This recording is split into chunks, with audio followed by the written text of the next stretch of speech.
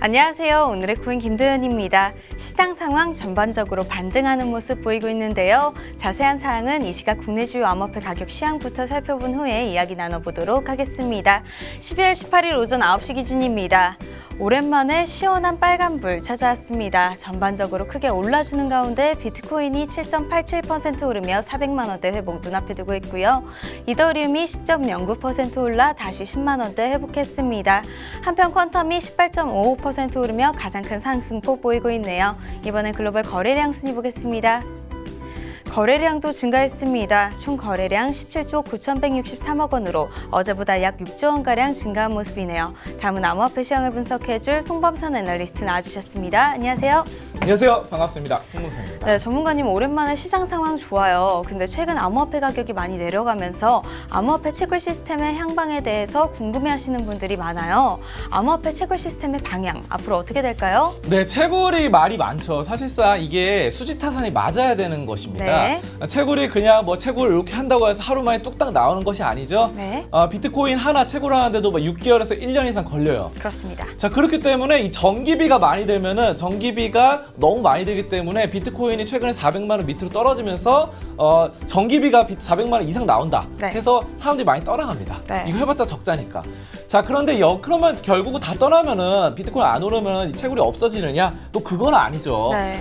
이것에 대해서 이제 미국 휴스턴 지역에서 좀 휴스턴 대학 여기서 이제 휴스턴 지역 최초로 블록체인 과목을 개설했던 대학의 이런 컴퓨터학과 교수진들이 발표를 했습니다. 네. 뭐라고 했으면은 이 암호화폐 채굴 시스템이 붕괴되지 않을 것이다. 네. 라고 공식 선언을 했고요. 네. 자세한 내용을 좀 살펴보시면은 바로 이 계속해서 떠나긴 떠나는데 중요한 거는 이제 이런 거예요. 채굴 난이도입니다. 난이도가 결정이 나는데 채굴자들이 떠나면 떠날수록 없어지면 없어질수록 채굴 난이도가 떨어진다는 것이죠. 네. 사실 이것이 여러분들이 뭐 해시파워나 해시레이트 많이 들어보셨을 거예요. 네. 이게 채굴 난이도입니다. 보통의 경우는 해시파워가 계속해서 난이도가 올라가기 마련이에요. 네. 왜냐하면 채굴자들이 계속해서 많아지니까. 그렇죠. 그냥 꽁돈 먹는다 생각하면서 계속 몰렸거든요, 그동안. 네. 그러다가 지금 전기비도 안 된다 그러니까 떠나기 시작하면서 이 해시파워가 계속 올라가다 다시 떨어지기 시작합니다.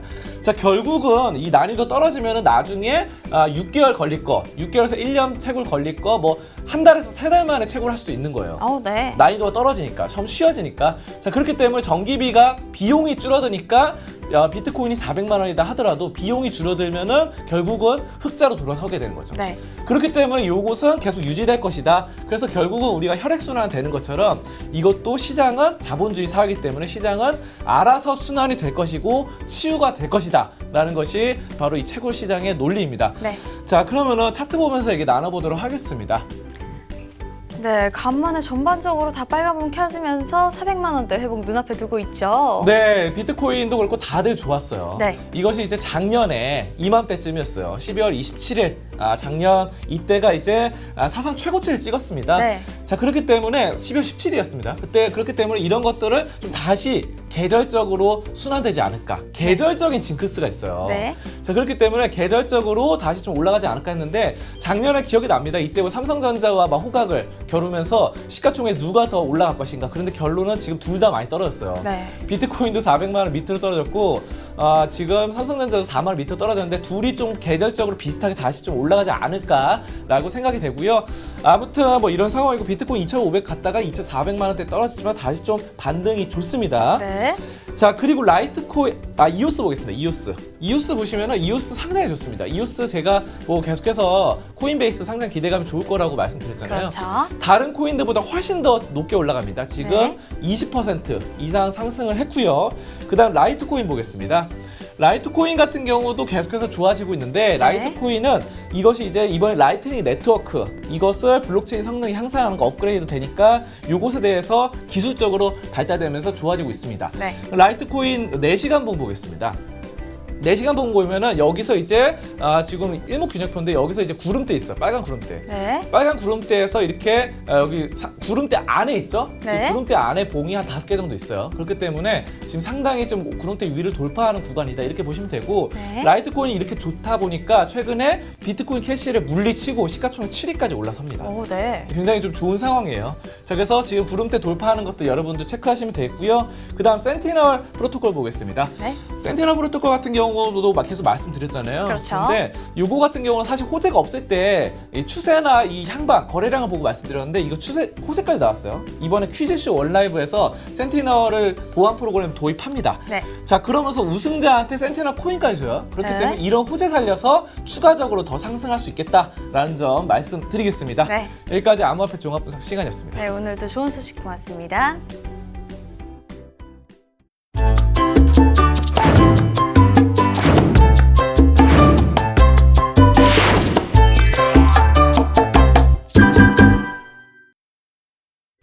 오늘의 코인 날씨입니다. 오늘은 유럽과 우리나라의 맑은 소식을 하나씩 준비했습니다. 유럽 소식부터 보시죠. 유럽의회가 블록체인의 무역 정책을 개선할 방안을 담은 결의안을 채택했습니다.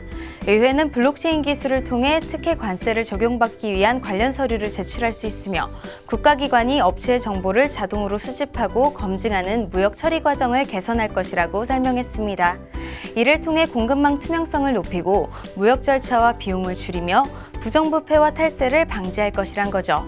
또 유럽의회는 블록체인 거래를 위한 글로벌 상호 운영성 표준도 수립할 것이라고 말했는데요. 유럽이 블록체인 시장에서 앞서기 위해 걸음을 재촉하는 모습이 부럽다는 생각이 듭니다. 다음 소식입니다. 오랜만에 우리나라의 긍정적인 소식입니다. 정부가 블록체인 관련 기술을 신성장 R&D 사업분에 추가하고 세제 혜택을 확대하겠다고 밝혔습니다. 어제 정부는 대통령 주재 확대 경제관계 장관 회의를 개최하고 2019년 경제정책 방향을 발표하면서 그 방향으로 전방위적 경제활력 제고, 경제 체질 개선 및 구조개혁, 경제사회의 포용성 강화, 미래 대비 투자 및 준비 등을 제시했습니다. 특히 눈에 띄는 점은 전방위적 경제활력 제고의 방편으로 블록체인 기술을 신성장 R&D 사업군에 새롭게 추가했다는 점인데요. 블록체인 기술이 신성장 R&D 사업군에 추가되면 일반 R&D보다 세액 공제율이 높아집니다. 신성장 동력에 블록체인을 선정한 만큼 관련 제도에 대한 정비도 하루빨리 이뤄지길 기대하겠습니다. 이더리움 개발자들이 내년 1월 이더리움 네트워크를 업그레이드하기로 결정했습니다. 주요 목적은 작업증명에서 지분증명 합의 알고리즘으로 전환하는 건데요. 현재 시스템은 에너지 소모가 커 효율적이지 않다는 이유 때문이죠. 많은 ICO들이 이더리움 기반으로 이루어지는 만큼 시장에 영향력이 큰 이더리움의 이번 하드포크가 어떤 영향을 일으킬지 지켜봐야 할 것 같습니다. 지금까지 오늘의 코인 김도연이었습니다.